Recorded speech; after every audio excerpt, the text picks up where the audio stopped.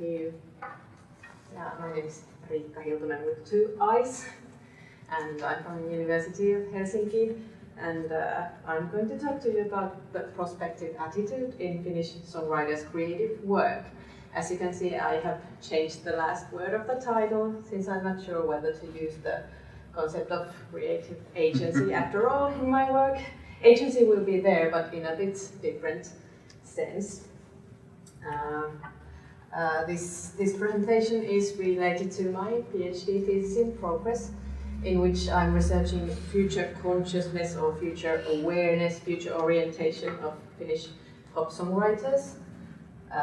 Those are concepts from the future studies, so in addition to popular music studies, I'm drawing also from future studies and creativity studies.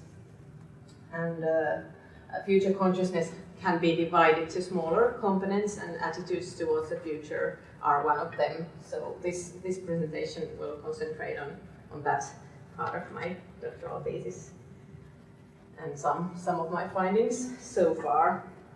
I'll first introduce my research material so you know who I'm talking about. I have interviewed 7 Finnish pop songwriters who work on the international field, so they offer songs for international pop artists via their publishers. And I don't know if you're familiar with these terms. There were 3 top liners. So top liners write melody and lyrics, and then 3 tracker producers. They do recordings and productions, sometimes arrangements. And then there was one songwriter who works on both roles depending on the session. And I have also observed some of these songwriters working on international songwriting camps. But in regards to my research questions, I think the interviews have been more fruitful than the observations. I will begin by showing you a quote from one of my interviewees, a tracker producer, songwriter Mikko Tamminen. Sometimes it makes me laugh when I get briefs from the States. I might get information intermediated by my publisher that Beyoncé or someone is looking for new songs, and the brief says, songs that will change the direction of pop music. In his comment he refers to an email, which according to him is considered a general joke among Finnish songwriters. Mikko Tamminen is one of the songwriters who co-writes songs for international pop stars, and he has succeeded having many hit songs on foreign releases, for example, Yolintsai in Taiwan, and for Heidegen, I don't know how to pronounce that, in Germany. And they get these briefs of artists that are looking for new songs. And this particular brief made Finnish songwriters laugh, but for the sender of this email, it was probably not a joke at all. The songs Beyoncé chooses to perform might actually have the power to change the future of pop music. I'm giving you this example to illuminate a challenge pop songwriters face in their work. Even if pop music is much about continuity and familiarity to the listener, it is about change as well, and some individuals might be the ones to initiate the change. Another challenge is how to keep up with changes and sound up to date. Finnish producer Riikka Hiltunen used the expression expiry date when he told how this song ended up being written and released. It was on a songwriters panel, so this is not from the interviews I've made, but I think this is an interesting example.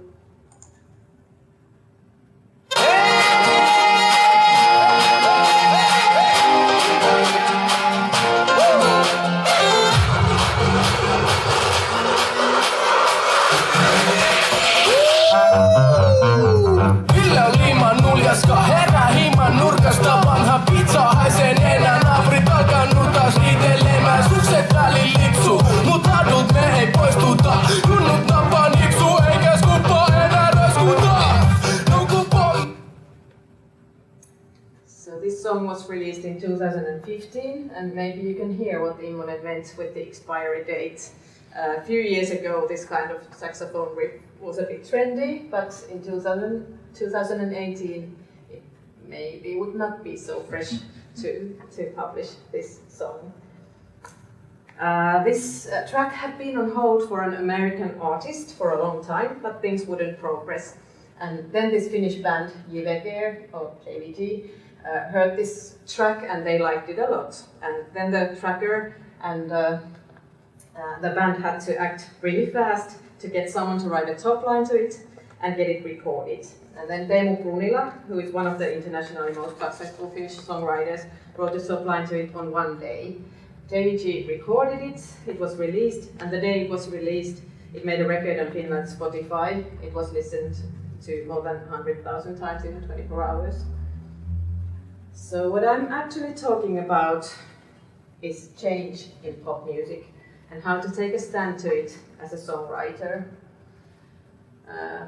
When analyzing the material, I have focused especially on the active ways to confront the future, after French economist Godet. Reactive attitude means that the actor tries to foresee possible changes in the future but does not try to affect them. And the actor prepares him or herself for the possible changes. So in the context of making pop music, it might be anticipating future music trends and acting accordingly. And the proactive attitude means that the actor tries to affect the future. The other attitudes are passive and reactive. Reactive is acting only after the change has already happened, and passive is ignoring change, just the actor keeps on doing his or her own thing. And these active ways form together the prospective, the active way to face changes in the future. And sometimes it is not easy to make a difference between being reactive and proactive. This is a comment by young top-liner Axel Enström, who was one of the most successful songwriters in Finnish song export last year. He had co-written a song for Belgian DJ, Lost Frequencies, and then he co-wrote Alle Farben's Bad Ideas. The album sold gold in Germany last year. Like, it is usually really easy to follow a general outline what, of course you cannot always say like, okay, what kind of artists will go along which phenomena, but you can already you can kind of offer in prospect what it could be. In this comment, Enström talks both about foreseeing which music trends will become mainstream and also proactively offering artists something that will guide them musically to new directions. He seems to consider it is his task as a songwriter to follow which trends are emerging and then offer those trends to artists, maybe even before the artists themselves have discovered those trends. Enström seems to be prospective also in the sense that he believes that it is able to look to the future and affect it. A central thought in the prospective approach is acknowledging that the future is not predetermined, but instead open and influenced by actions of individuals. Thus, individual has high agency in relation to the future. And it depends, of course, how individuals experience their own agency. Some believe to have more power to affect the future, and some less. So the attitudes and agency beliefs are strongly connected to each other. And an adequate level of agency belief can be seen as a prerequisite for proactive engagement. In order to take a proactive attitude towards the future, one must believe it is actually possible to affect the future. One of my early, not so surprising findings is that agency beliefs and the level of being prospective differs when aiming at domestic markets or international markets. When it comes to making difference globally or on international field, the agency beliefs seem to be rather low. Mikko Tamminen says, it is maybe a bit like fighting against windmills, because like Mikko Tamminen from Finland is not able to define pop music anew. No, those trends arise from somewhere else but I just somehow have seen during the years that it is so hard and practically impossible for us to invent something that would, and so on. And this is a view most songwriters seem to share to some extent. Timo Oiva, who has written songs to Asian markets, felt almost completely powerless influencing pop music in that particular area. And I find that very interesting since considering that our close neighbor, Sweden is a country that has songwriters who actually have made quite a lot of change on the pop music scene. I was able to identify some reasons for such low agency beliefs. The songwriters saw that they are not in such a position as a songwriter that their ideas would be taken as next big things, or that they do not have such contextual know-how on that specific area. One of them also talked about the fact that it is difficult to have a head start in relation to the consumers. He seemed to believe that it is actually the consumers who create trends, and as they have nowadays all the same channels to follow what happens on popular music scene worldwide than the songwriters, they are kind of ahead of songwriters. Also, I noticed that some of them had quite low motivation to embark changing music trends. The reason was mainly that they do not consider searching for radical newness reasonable. As they are professional songwriters, they do not wish to risk losing their income by trying to create something completely new and groundbreaking. And some said explicitly that being a pioneer is not important for them. Songwriters gave, however, some examples of attempts to create new music trends to Finland or being a pioneer. Pasi Siitonen, for example, told he had attempted to create a new musical genre, country rap, as Stig, his artist persona, who sings in Finnish. And tracker Riikka Hiltunen had attempted to publish the first drum and bass song sung in Finnish in collaboration with one artist. Another of my interests is how being prospective correlates to different songwriter roles. A quite common view in popular music studies is that popular music changes faster on the so-called surface level than in formal structures. And surface often refers to music production, thus the work of the tracker producers. And this would imply that trackers should be more future conscious than topliners, or at least the time scale should be different. In my research material, the correlation is not, however, straightforward, as these quotes illustrate. Topliner Kaskinen, for example, made a clear point that he thinks looking to the future is not his responsibility as a topliner.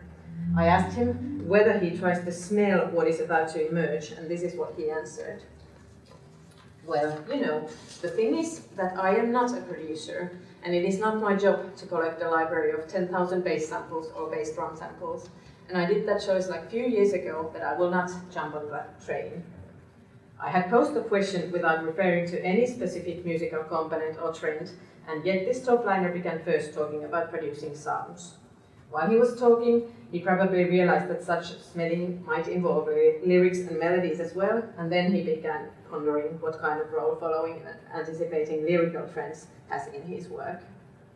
Another topliner, on the contrary, saw that it is indeed pop songwriters' job to proactively offer artists something that might take their music to new directions. Enström, whom I already quoted. That is the fun thing, that when you are a songwriter, then it is kind of your job to figure out what could be the next thing he or she could do. Then as you follow trends, what the others have done, and what the artist might have listened to, that's how you are able to offer something that might be his or her next thing. And in this comment, I got the impression that Enström believes that he might be able to know before the artist herself what she wants to do next.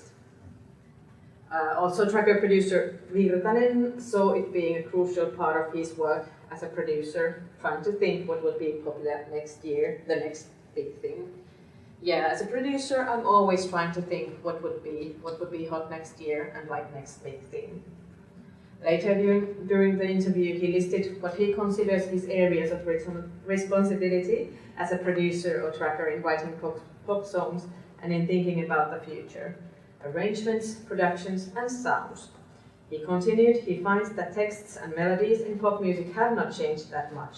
People still want to hear great big melodies and stories about people falling in love. Thus he reflects his responsibilities to look to the future in the light of already existing structures and dynamics. Sounds in pop music change fast. Consequently, a producer needs to be alert specifically of changes in sounds. The last quote by tracker producer Tamminen underlines once again the differences between writing songs to Finnish markets and abroad. He finds that in Finland, searching for newness is more on the lyricist's shoulder. especially on Finnish markets. Looking for the new, I mean like new and cool, is maybe more on the lyrics side. It is more like on the lyricists' shoulders. What is interesting in these comments is that more than about freedom, these songwriters talk about responsibility.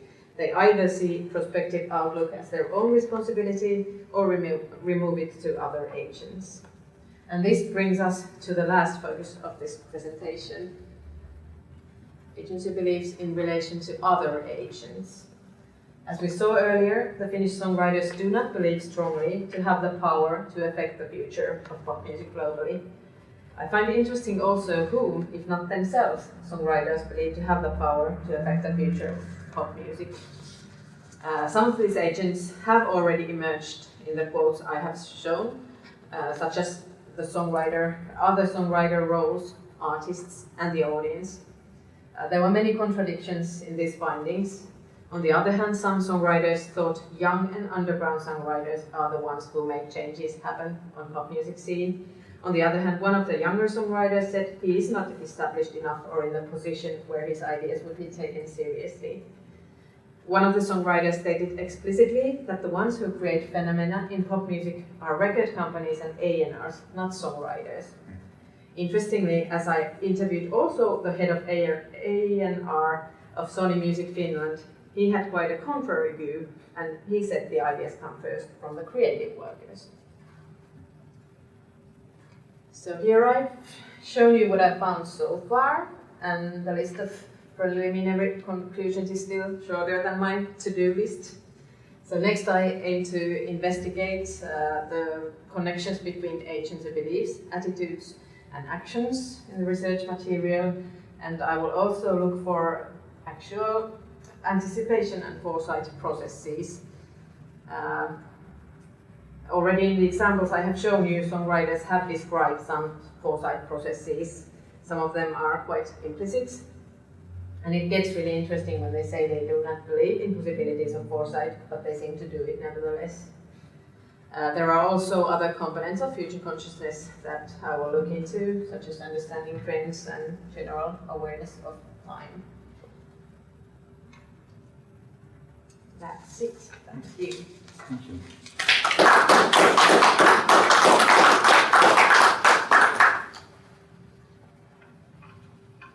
Okay, questions? Yeah. First of all, thank you. Very interesting. But the artists that you interviewed, they were all successful on an international level, despite not having strong belief in it. Yeah, well, not that successful. Some of them, actually, yeah, I didn't have any quotes from the two songwriters that have participated on those songwriting camps, but have not yet had any cuts internationally.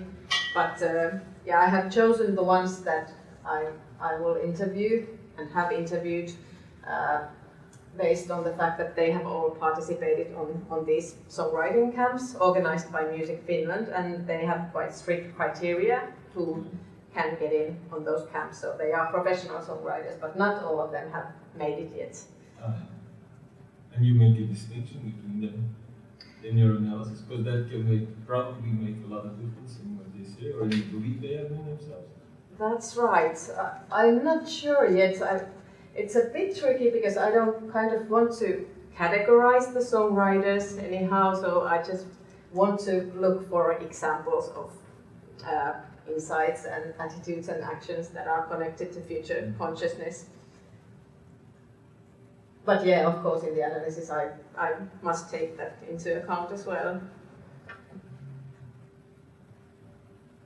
I'm curious about the extent to which these songwriters are connected to, say, local or regional music, scenes and things like that in Finland, or I mean, related to that, like where are the ideas coming from? Is it part of like an actual interaction that they have as songwriters in a venue where they're performing for audiences and testing out things? Are they getting feedback from sort of small local audiences? Are they literally, I've been to one of the studios in Sweden where they, it has 40 different songwriting booths right next to each other, which is a very different kind of organization. So what is guess if you tell us a little bit more about, the spatial practices or things like that, these artists would be great. Yeah, well, whether they are connected to each other, I think the circles are quite small, so everybody knows each other, Alright. the songwriters.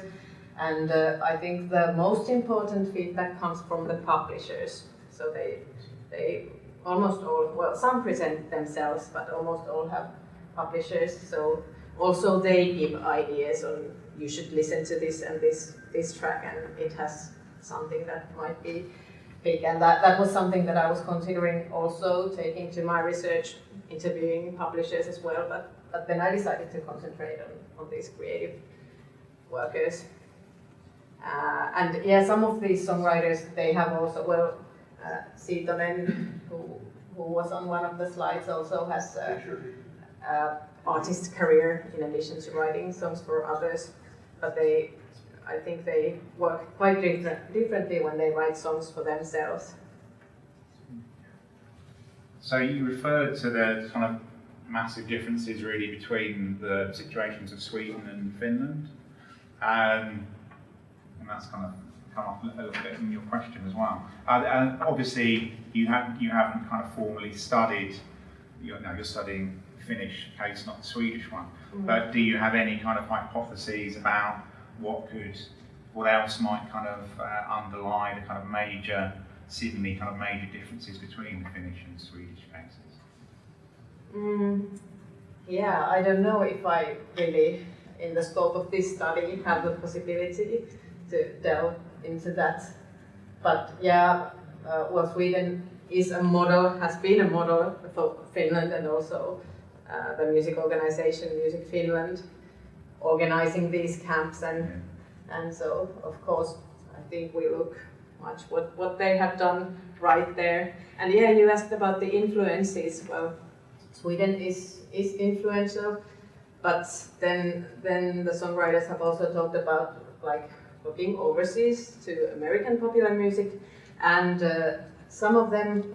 two of them have said that the trends arrive so late to Finland, it takes like 10 years.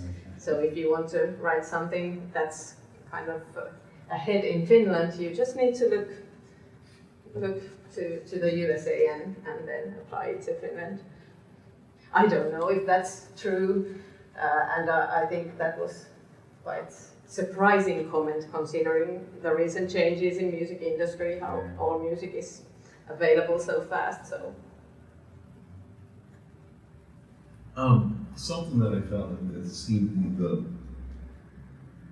the songwriters not feeling like they had an impact on it. That particular thing seems a little familiar in my engineering research, to where engineers kind of have this ethos that they're not supposed to affect things. They're just capturing something that's there, and it's completely false. Mm-hmm. But it's kind of like the poster says that. And so I'm wondering if that's a similar thing, where it's kind of like a kind of an enculturalized ethos that, no, we just do what we do, when in reality, I don't know, I'm just wondering if there's a correlation there or not.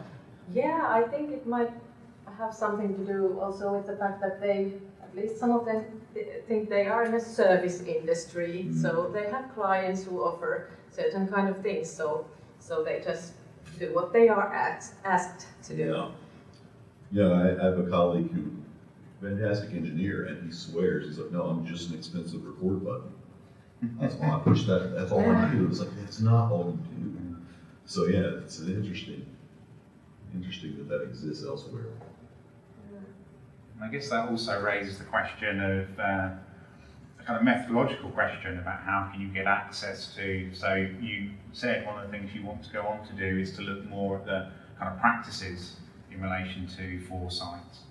And I want to kind of ask, how would you access that? Is this going to be dependent on what people say in interviews? Because then you are engaging with discourses that people could be drawing on, which may not marry up with their actual practice, or their in-studio practice or songwriting practices and so on. But then you can't access those, perhaps, or how can you? is there a methods question around how you're able to get to those kinds of things? Yeah, that's a very good question. I guess I'm more researching what they say they do than what they actually do. That's a good reminder.